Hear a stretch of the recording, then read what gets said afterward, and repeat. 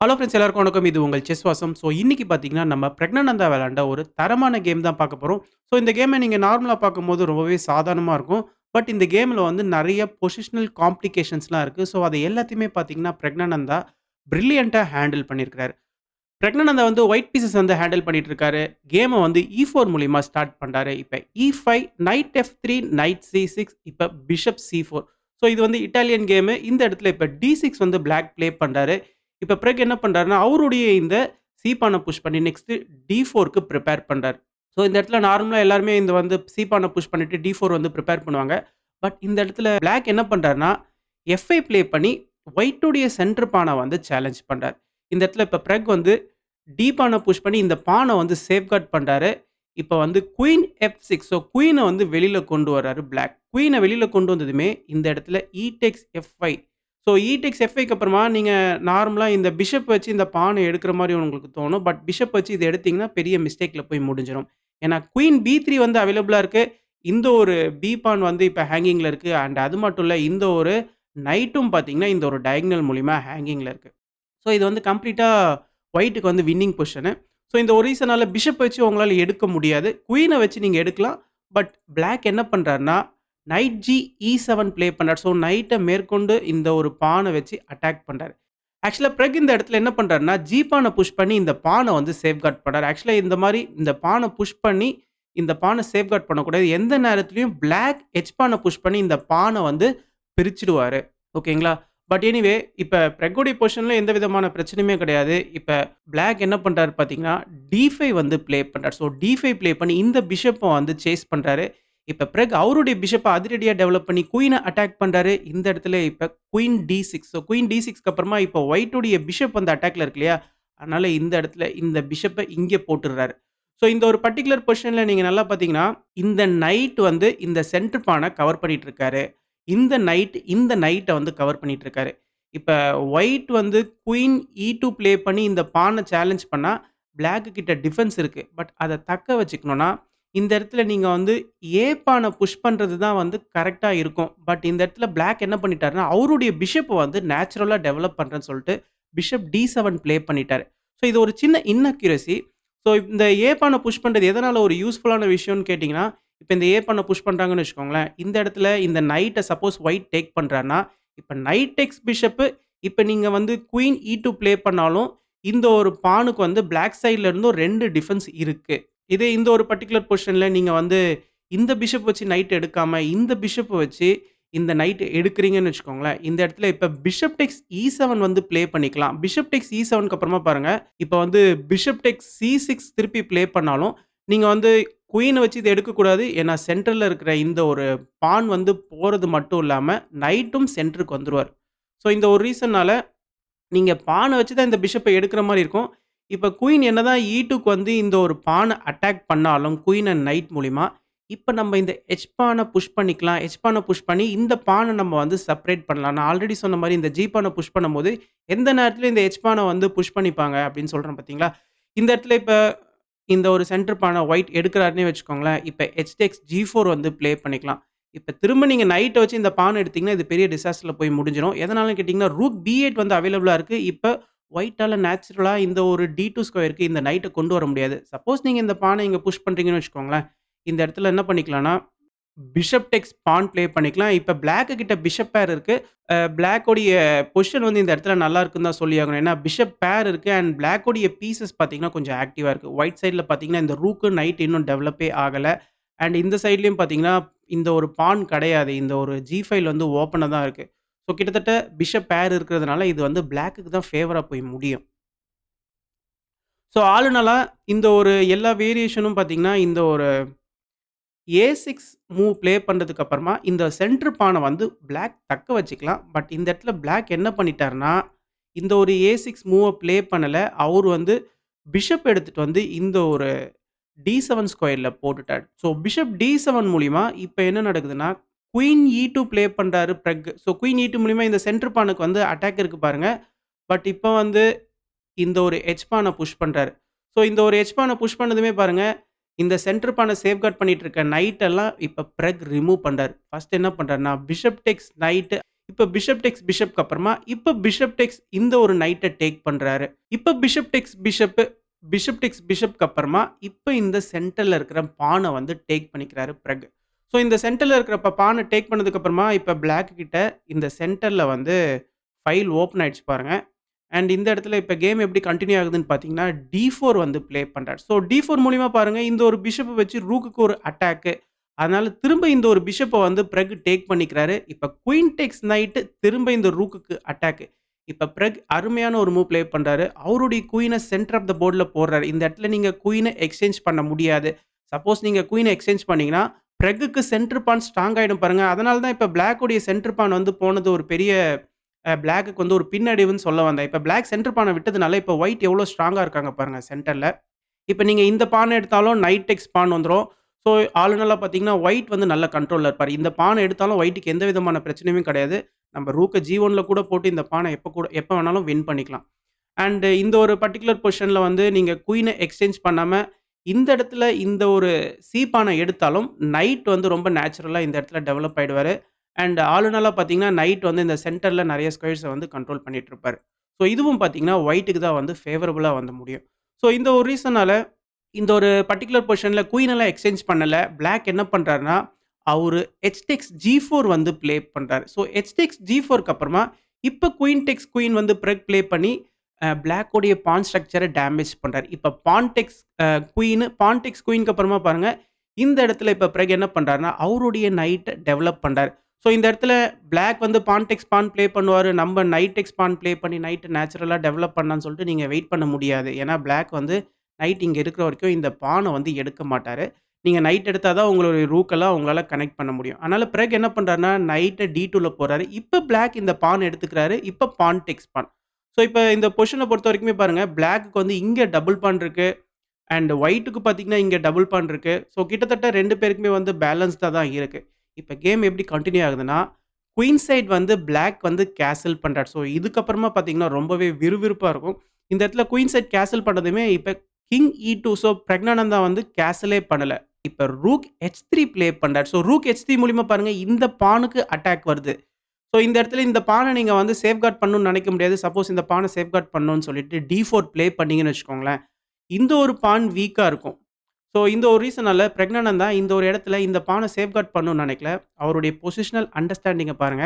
இந்த பான அப்படியே விட்டுட்டார். ஸோ என்னதான் சென்டர் பானா இருந்தாலும், இத சேஃப்டி பண்ணி பெருசா ஒண்ணும் அச்சீவ் பண்ண போறதில்லன்னு சொல்லிட்டு, அவரு ரூக் G1 ப்ளே பண்றாரு. இந்த ஒரு பான கவுண்டர் அட்டாக் பண்றாரு. இப்ப பிளாக் என்ன பண்றாரு பார்த்தீங்கன்னா, இந்த எட்ஜ்ல இருக்க ரூக்க வச்சு இந்த பான டேக் பண்றாரு. ஸோ இந்த இடத்துல எல்லாருக்கும் கேள்வி வரும்.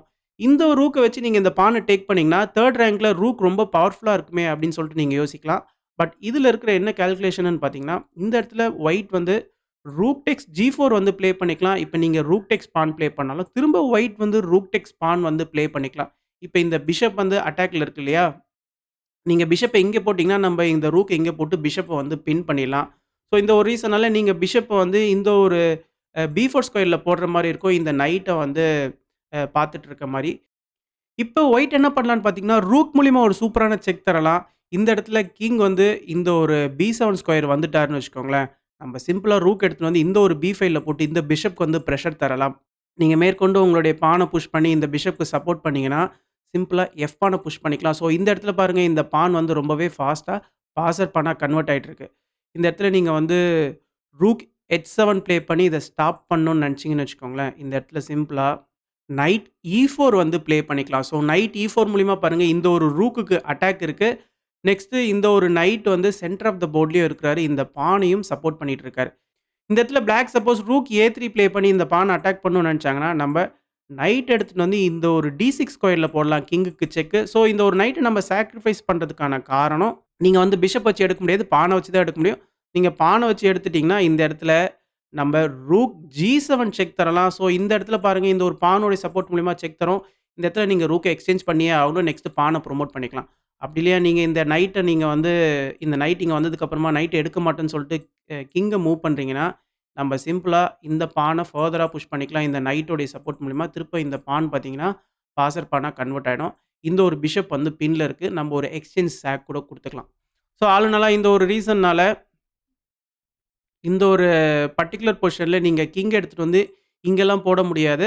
இந்த செக்குக்கு அப்புறமா. நீங்க கிங் எடுத்துட்டு வந்து இந்த ஒரு டி7 ஸ்கொயர்ல போடுற மாரி இருக்கும். டி7 ஸ்கொயர்ல போட்டாலுமே, இந்த இடத்துல பார்த்தீங்கன்னா, ரூக் ஜி4 நம்ம ப்ளே பண்ணிக்கலாம். ரூக் ஜி4 மூலியமா பாருங்க இந்த பிஷப்க்கு வந்து அட்டாக் வரும்.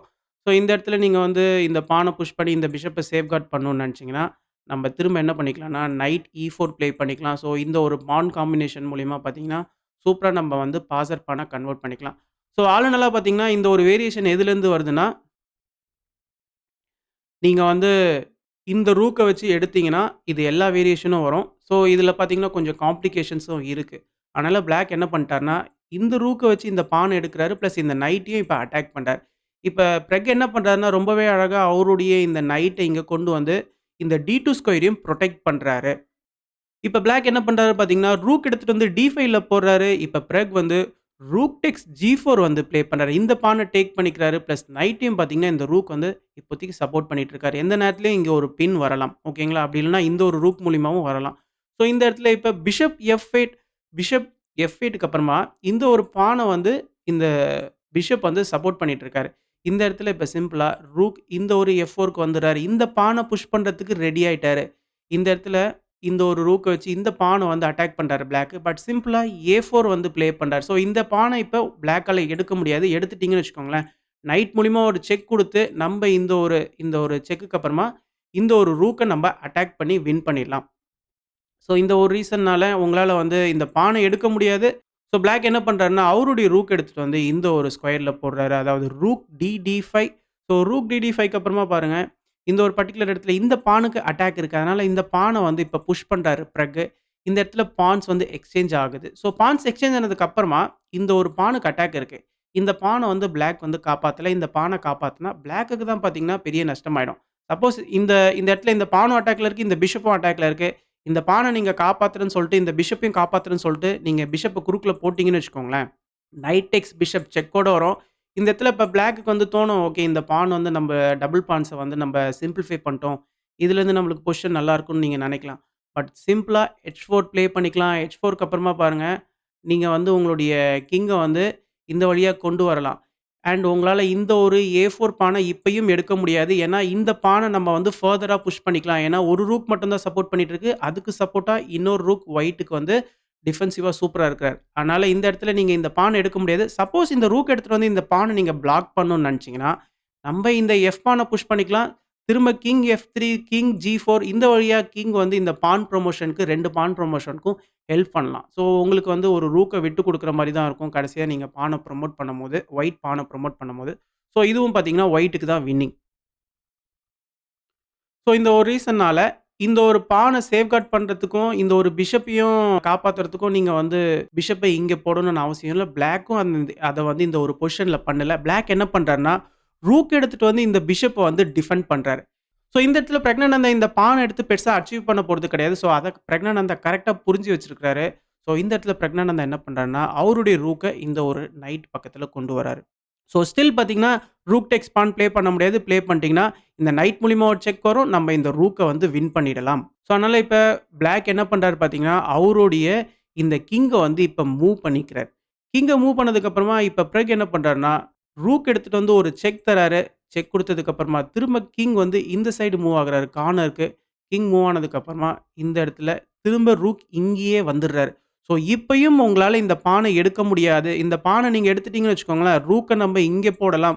ஸோ இந்த பிஷப்க்கு டபுள் அட்டாக் இருக்கு பாருங்க. ஸோ இந்த ஒரு பிஷப் போயிடும். அப்படி இந்த பிஷப்ப காப்பாத்தணும்னு நெனச்சுட்டு நீங்க பிஷப் எடுத்துட்டு வந்து E7 ஸ்கொயர்ல போடுறீங்கன்னு வச்சுக்கோங்களேன், சிம்பிளா ரூக்க வந்து எக்ஸ்சேஞ்ச் பண்ணிக்கலாம்.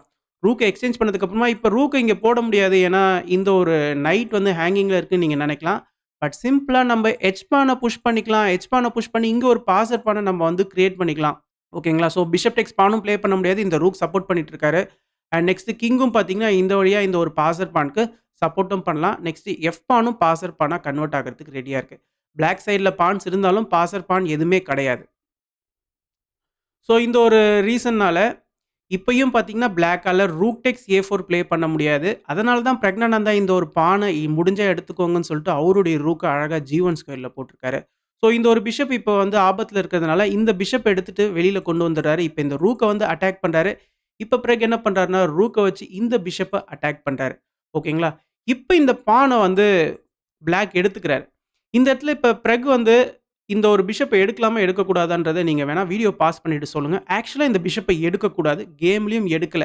இந்த பிஷப்ப நீங்க எடுத்துட்டீங்கன்னு வச்சுக்கோங்களேன், இப்ப இந்த இடத்துல இந்த ஒரு நைட்டும் போகும். இப்ப செக்கோட வரும்.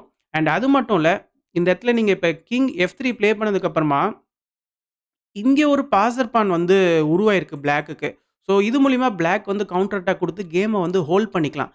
இதே இந்த ஒரு பர்ட்டிகுலர் பொசிஷன்ல இதையும் தாண்டி நீங்க உங்களுடைய கிங் எடுத்துட்டு வந்து F1ல போட்டீங்கன்னா, இது ஒரு பெரிய பிளண்டர்ல போய் முடிஞ்சிரும். ரூக் D1 செக் வரும். நீங்க கிங்க இங்க தான் மூவ் பண்ற மாரி இருக்கும். திரும்ப ரூக் செக் மூலியமா நம்ம இந்த ஒரு G1 ரூக்க வின் பண்ணிடலாம். ஸோ கிட்டத்தட்ட பிளாக் வந்து இந்த ஒரு பொசிஷன வந்து ஹோல்ட் பண்ண முடியும். ஒயிட் மிஸ்டேக் பண்ணா பிளாக் வின்னும் பண்ணிடலாம். ஸோ இந்த ஒரு ரீசனால தான் பார்த்தீங்கன்னா, பிரக்னானந்தா இந்த இடத்துல இந்த ஒரு பிஷப்ப எடுக்கல. பிரக்னானந்தா என்ன பண்றாரு பார்த்தீங்கன்னா, சிம்பிளா இந்த ரூக்க கொண்டு வந்து இந்த நைட்‌க்கு சப்போர்ட் பண்றாரு. இப்ப இந்த பிஷப் ஹேங்கிங்ல இருக்கு. ஏன்னா, நீங்க கவுண்டர் அட்டாக் பண்ணணும்னு சொல்லிட்டு இந்த நைட் எடுக்க முடியாது. இந்த ரூக் சப்போர்ட் பண்ணிட்டு இருக்காரு. அதனால இப்ப இந்த பிஷப் ஹேங்கிங்ல இருக்கிறதுனால பிளாக் என்ன பண்றாருன்னா, பிஷப்ப வந்து இங்க கொண்டு வராரு. பிஷப் C1க்கு அப்புறமா இப்ப ரூக் டேக்ஸ் பான். இப்ப இந்த பான வந்து எடுத்துக்கிறாரு.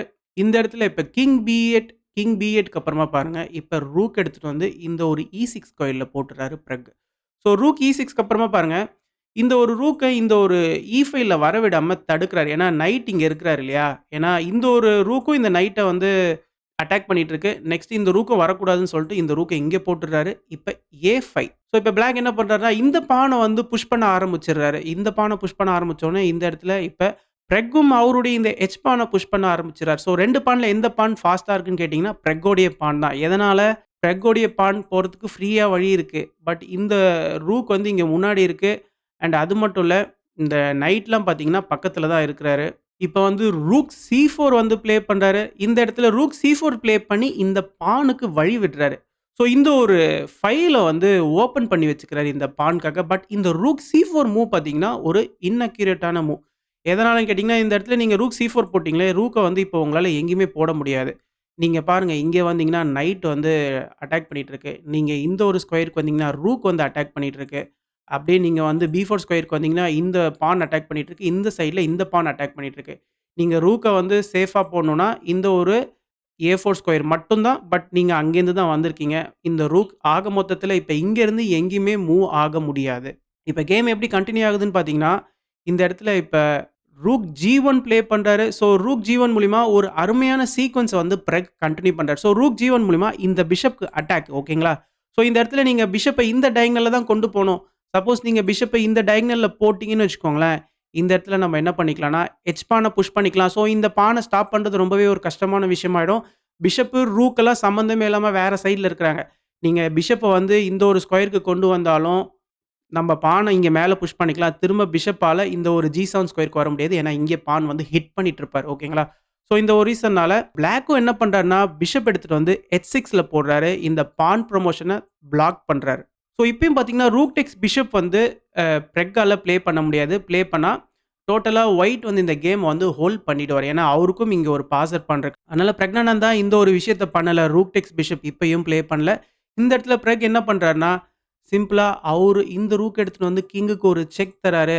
இந்த இடத்துல நீங்க கிங்க வந்து A8 ஸ்கொயர்ல போட்டீங்கன்னு வச்சுக்கோங்களேன், இது வந்து ஒரு செக்மேட்ல போய் முடிஞ்சிரும். இதே நீங்க கிங்க A7ல போட்டீங்கன்னா, இப்ப ரூக் B5 ப்ளே பண்ணிக்கலாம். திரும்ப பார்த்தீங்கன்னா, இந்த ரூக் வந்து கிங்க ஃபுல்லா கண்ட்ரோல் பண்ணிட்டு இருக்காங்க. அதனால இந்த இடத்துல செக் வந்ததுக்கு அப்புறமா கிங் எடுத்துட்டு வந்து C8 ஸ்கொயர்ல போடுறாரு பிளாக்கு. கிங் C8க்கு அப்புறமா இந்த ஒரு பர்ட்டிகுலர் பொசிஷன்ல இப்ப இந்த பான புஷ் பண்ணி இந்த நைட்‌க்கு வந்து சப்போர்ட் தரார்.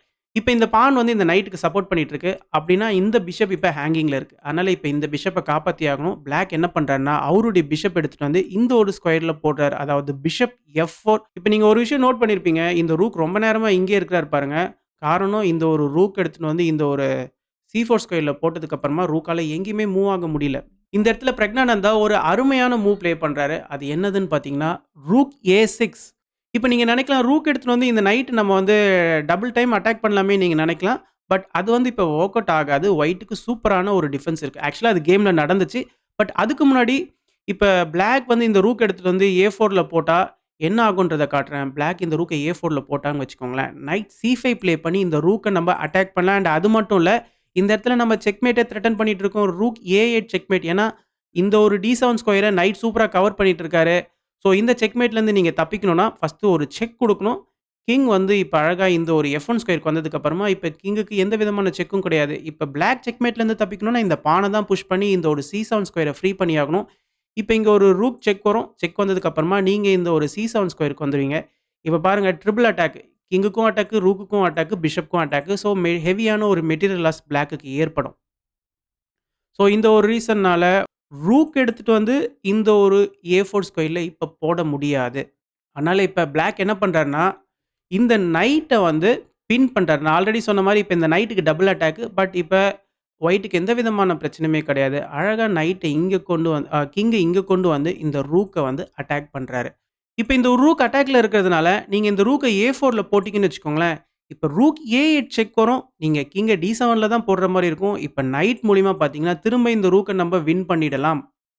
ஸோ இந்த ஒரு ரீசனால இந்த ரூக்குக்கு எங்கேயுமே வழி இல்ல. இருக்கிற ஒரு வழியும் பார்த்தீங்கன்னா, இப்ப வந்து போயிடுச்சு. அதனால இப்ப ஒரு எக்ஸ்சேஞ்ச வந்து குடுக்குறாரு பிளாக்கு. ஸோ இப்ப வந்து rook C tax E4 play பண்றாரு. இப்ப வந்து பான் டேக்ஸ் ரூக்கு ஒரு எக்ஸ்சேஞ்சே போகுது.